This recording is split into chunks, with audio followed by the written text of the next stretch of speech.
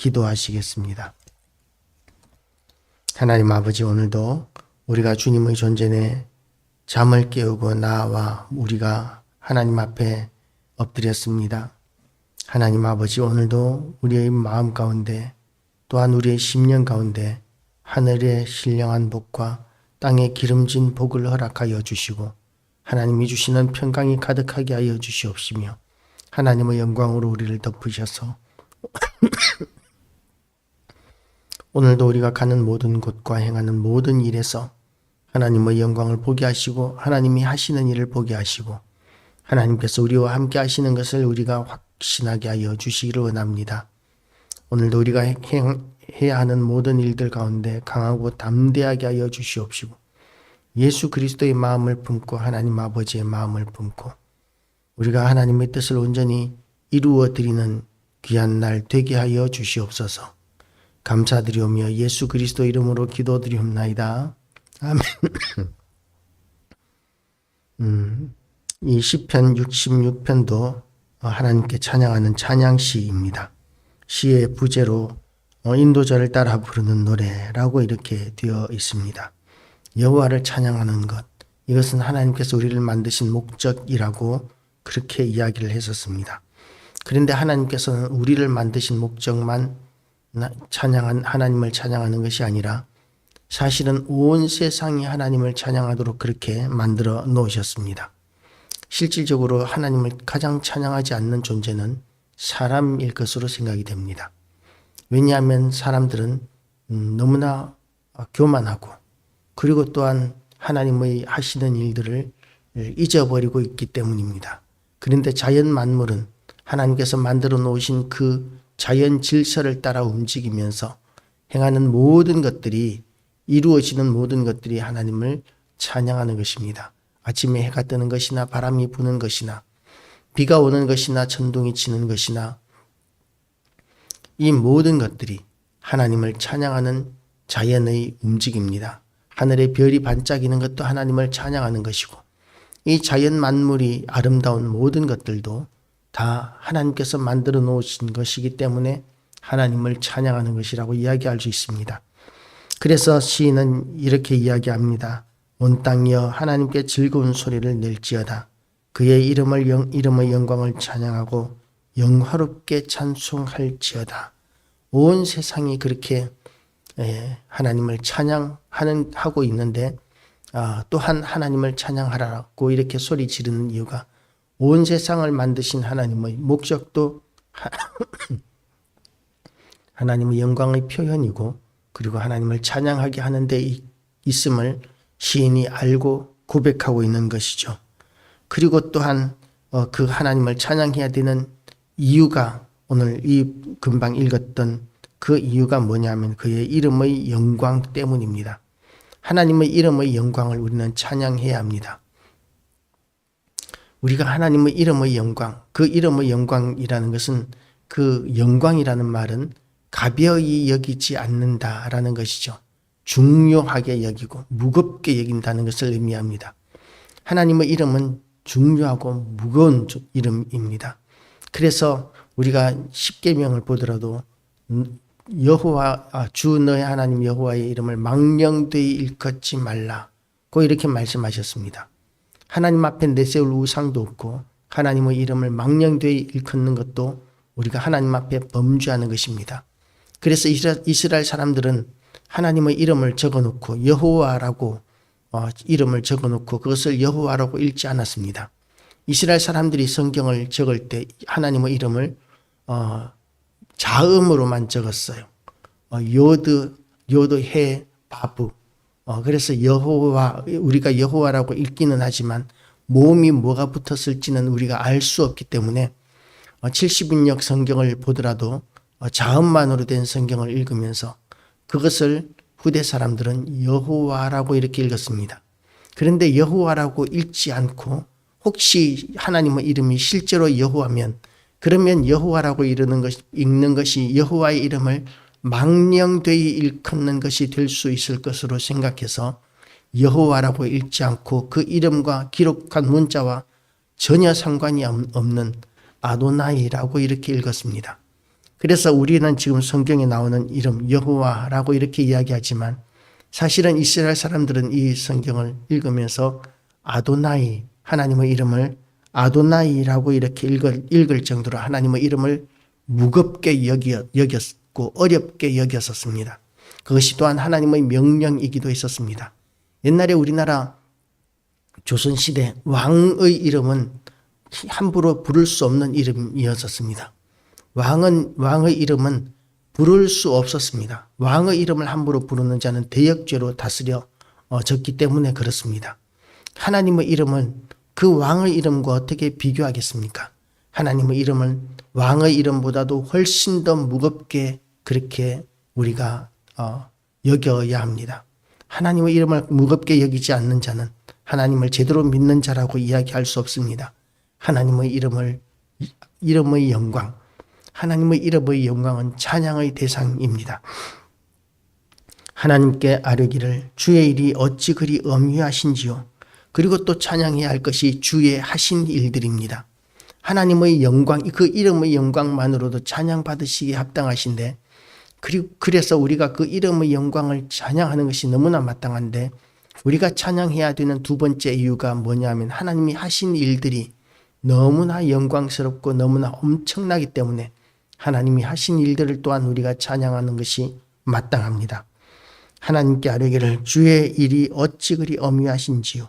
주의 큰 권능으로 말미암아 주의 원수가 주께 복종할 것이며 하나님께 원수된 자들이 주께 복종하였기 때문에 우리가 구원을 받았습니다. 우리는 이전에 하나님의 원수였지 않습니까? 우리가 예수 그리스도를 믿기 이전만 해도 하나님의 원수였었습니다.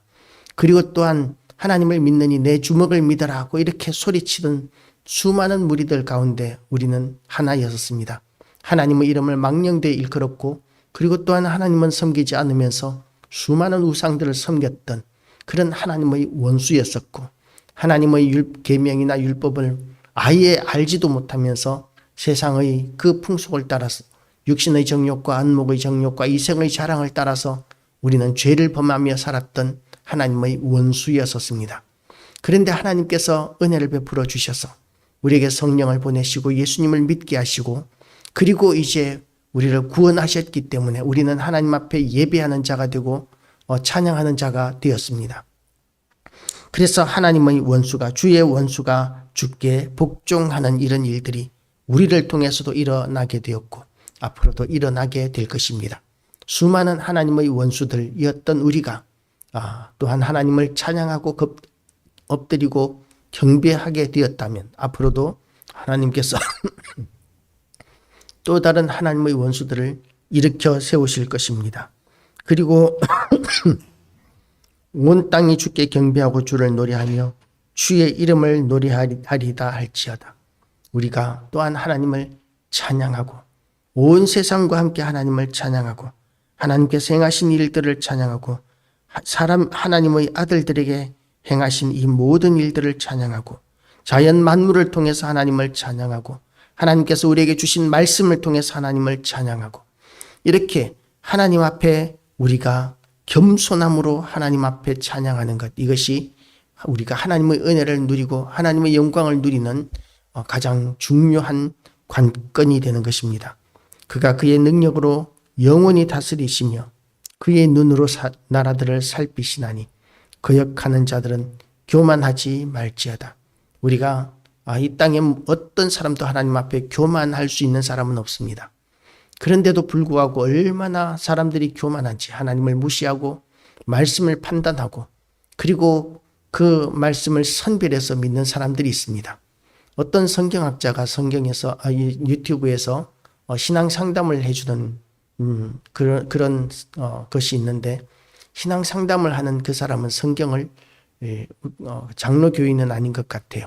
감리교나 침례교나 그런 쪽의 신학교의 교수라고 하는데 성경을 있는 그대로 믿는 것 같지 않습니다. 그리고 또한 어떤 주제를 보니까 지금 이 시대는 왜 옛날과 달리 기적이 없는가 라고 이렇게 이야기를 하는데 틀린 말입니다. 자기는 경험을 하지 못했을지 모르겠지만 하나님께서는 지금도 살아계시고 역사하셔서 수많은 기적을 행하십니다. 우리가 기도하면 병든 자들이 낫는 것과 또한 문제가 해결되어지는 것과 또한 천지 질서를 하늘에 비가 오고 안 오고 하는 것까지도 우리가 기도하는 것을 통해서 하나님께서는 지금도 행하고 계십니다. 그래서 비록 아무리 작은 교회고 초라한 교회라 할지라도 이곳에서 기도할 때에 병든 자들이 일어나는 것이 신기한 일이 아니라 정상적인 일, 일상적인 일이 될 수 있습니다. 저도 울산에서 개척교회 할 때 우리 교회는 아픈 사람이 없었습니다. 왜냐하면 아프면 기도하면 바로바로 다 나았었기 때문에 그렇습니다. 지금은 아픈 사람도 교회에 오지 않는 것 같아요. 그래서 기도해 줄 기회도 없지만 그렇지만 지금도 확고하게 믿습니다. 불과 몇 년 전에 울산에서 개척교회 할 때 그렇게 기적을 행하시던 하나님의 능력이 지금 이 기도 받으러 오는 사람이 없다고 해서 그 능력을 거두셨다고는 생각하지 않습니다. 하나님께서는 지금도 우리를 통해서 병든 사람들을 치료하시고 그리고 기적을 행하시는 하나님이십니다. 물론 모든 사람들이 낫는 것은 아니죠. 왜냐하면 모든 사람들이 영생을 지금 육신을 입고 영원히 사는 것은 그것은 하나님의 계획이 아니기 때문에 그렇습니다. 그래서 한 번 죽는 것은 사람에게 정하신 것이요 그 후에는 심판이 있다고 성경은 분명히 이야기하고 있습니다. 그런데 우리가 하나님의 영광을 위하여 기도할 때에 하나님께서는 우리의 기도를 통하여 우리의 병을 치료하시고 그리고 건강하게 하시고 회복시키시고 위대하신 일들을 지금도 행하고 계십니다. 그래서 왜 지금은 기적이 일어나지 않는가라고 그렇게 이야기하는 사람은 아무리 신학교에서 가르치는 사람이라 할지라도 하나님을 제대로 알지 못하는 사람입니다.